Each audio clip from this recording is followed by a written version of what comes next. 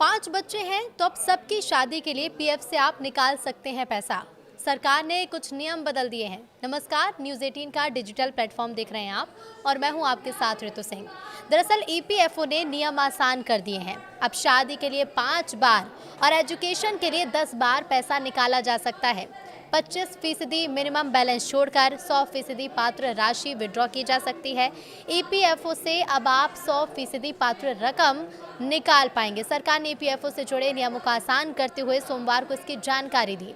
EPFO संबंधित जिन नियमों में बदलाव किया गया उसमें आंशिक निकासी का नियम भी शामिल है। पहले शादी के लिए आप केवल 3 बार ही अकाउंट से पैसे निकाल पाते थे, लेकिन अब इस लिमिट को बढ़ा दिया गया है। अब आप ईपीएफओ से बच्चों की शादी के लिए 5 बार राशि निकाल सकते हैं। यानी अगर आपके 5 बच्चे हैं तो सभी की शादी के लिए ईपीएफओ से पैसा निकाल पाएंगे। लेकिन याद रहे कि ये केवल 100% पात्र राशि ही होगी। इसे आप उदाहरण से समझिए। मान लीजिए कि आपके पीएफ अकाउंट में 1 लाख रुपए है। इसमें से आपको 25% रकम अनिवार्य रूप से मिनिमम बैलेंस के तौर पर अकाउंट में रखनी होगी, यानी 25,000 रुपये आप छू भी नहीं सकते। इसके अलावा 75,000 रुपये आपके विड्रॉल के लिए पात्र राशि है। इससे आप 100% यानी पूरे 75,000 रुपये निकाल सकते हैं। बता दें कि पहले नौकरी छूटने पर आप 75% पैसा 1 महीने बाद निकाल सकते थे। 2 महीने बेरोजगार रहने के बाद आप बाकी रकम भी विड्रॉ कर सकते थे, लेकिन अब 75% रकम आप नौकरी में रहते हुए ही निकाल पाएंगे।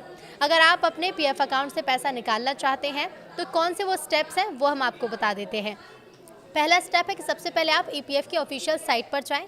स्टेप 2 ये है कि अपने यूएएन यानी कि यूनिवर्सल अकाउंट नंबर, पासवर्ड और कैप्चा से लॉगिन करें। स्टेप 3 है कि ऑनलाइन सर्विस टैब पर जाएं और क्लेम फॉर्म 31, 19, 10C पर क्लिक करें।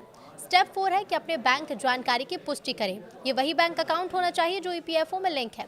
स्टेप 5 है प्रोसीड फॉर ऑनलाइन क्लेम पर क्लिक करें। स्टेप 6 है ड्रॉप डाउन से पीएफ एडवांस फॉर्म 3(1) चुनें और अपनी निकासी का कारण और उसकी राशि भरें, यानी कि कितना अमाउंट आप निकालना चाहते हैं।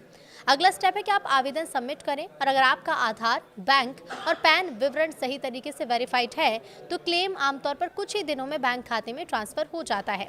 पहले आप एजुकेशन के लिए भी केवल 3 ही बार पीएफ अकाउंट से पैसा निकाल सकते थे, लेकिन अब इस लिमिट को बढ़ाकर भी 10 बार कर दिया गया है। यानी कि आप एजुकेशन के लिए 10 बार पैसे निकाल सकते हैं। इसके अलावा मिनिमम सर्विस लिमिट को घटाकर 12 महीने कर दिया गया। पहले अलग अलग काम के लिए इसकी समय सीमा अलग थी। मसलन नौकरी करते हुए अगर आप घर बनाने के लिए पीएफ से पैसा निकालना चाहते तो आपको कम से कम 5 साल निरंतर यानी कि लगातार सेवा की ज़रूरत होती थी। तो ये नए नियम जो आए हैं, इन नियमों को लेकर आपकी क्या राय है, हमें कमेंट करके ज़रूर बताइए।